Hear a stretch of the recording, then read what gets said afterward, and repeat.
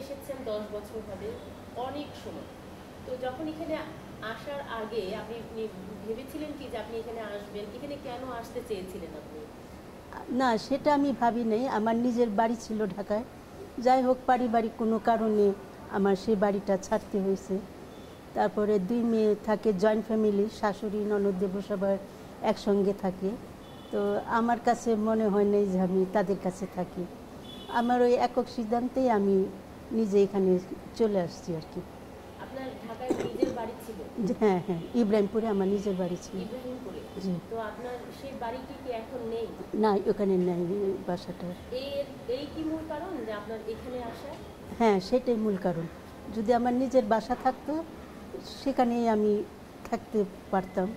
যেহেতু নিজের বাড়ি নেই, তখন তো আমার একটা ব্যবস্থা করতে হবে। আর যেহেতু মেয়েরা জয়েন্ট ফ্যামিলি, শাশুড়ি এরা একসাথে থাকে, নিজের কাছে খারাপ লাগে আর কি, বিবেকের কাছে। এর জন্য আমি আর ওদের সাথে আর থাকি নাই। আমি নিজেই স্বেচ্ছায় এখানে চলে আসছি। যাওয়া আসা আছে, আমি ওদের বাসায় বেশিরভাগ থাকি, শুধু এখানে মাঝে মাঝে থাকা হয় আর কি। কিন্তু ওনারা কি একেবারে আপনাকে এখান থেকে নিয়ে যেতে চান না? হ্যাঁ, নিতে চাই আমি আর কি, যে আমার নিজেরও ভাই বোন আছে, সবাই বলছে, কিন্তু আমি আর কি নিজেই স্বাচ্ছন্দ্য বোধ করি এখানে নিজে নিজে একা থাকাটা আর কি। এখানে তো একা নন, আপনার সাথে তো না, এখানে আমার সাথে আপনার- আছে, হ্যাঁ। আমরা অনেকেই আছি আর কি, আমি একা না। হয়তো আমার ছেলে থাকলে আমি হয়তো ছেলেদের সাথে থাকতে পারতাম, যেহেতু ছেলে নাই, 2 মেয়ে। আর আমি, আমার হাজব্যান্ডের ইরাকেও ছিল, মসুল ইউনিভার্সিটির টিচার ছিল, আমি ওনার সাথে ইরাকে ছিলাম। আর উনি মারা গেছেন আজকে প্রায় 19 বছর হয়। আপনার স্বামী মারা যাওয়ার পর আপনি না, আমি 13 সাল পর্যন্ত নিজের বাড়িতে ছিলাম, তারপরে 15 সাল থেকে আর কি এখানে চলে আসছি আর কি। আমার পারিবারিক কারণে আর কি ওই বাসাটা মানে থাকা হয়নি আর কি, বিক্রি করা হয়েছে আর কি। আপনি যখন সিদ্ধান্ত নিলেন এই এখানে এসে উঠবেন এবং এখানে থাকার, এই এই বিষয়ে কি আপনার পরিবারের সহমত কতটুকু ছিল? না, তা তো ছিল না। কেউ তো আর চায় না যে আমি এখানে আসি বা থাকি, কিন্তু আমার মনে হলো যে অন্যের উপরে বোঝা থাকা থেকে নিজে ইন্ডিপেন্ডেন্ট আলাদা থাকাই ভালো আর কি। আর যখন ধরো বয়স হয়ে যাবে, তখন তো মেয়ে তো আর আমারে ফেলবে না, ওদের কাছেই আমারে টেনে নিবে, ওদের কাছে আমি থাকবো। আমি আর কি স্বেচ্ছায় চলে আসছি। আমারে আর কি কেউ বলে নাই যে তুমি যাও বা থাকো, সেগুলি কিছু না। আপনার ভাই বোন যারা আছেন হ্যাঁ। তারাও কি চায় যে আপনি এখানে থাকেন? না না না, তারা কেউ জানতো না। আমি নিজে নিজে একক সিদ্ধান্তে চলে আসছি আর কি। কেননা সবসময় তো আমি মানে সরকারি কোয়ার্টারে ছিলাম। আমার হাজব্যান্ড টেক্সটাইল কলেজের টিচার ছিল, ওখানে 15 বছর চাকরি করলো। বাংলাদেশ তাঁত বোর্ড হ্যান্ডলুম বোর্ডে ছিল 18 বছর, তারপরে মুসুলে ছিল 2 বছর।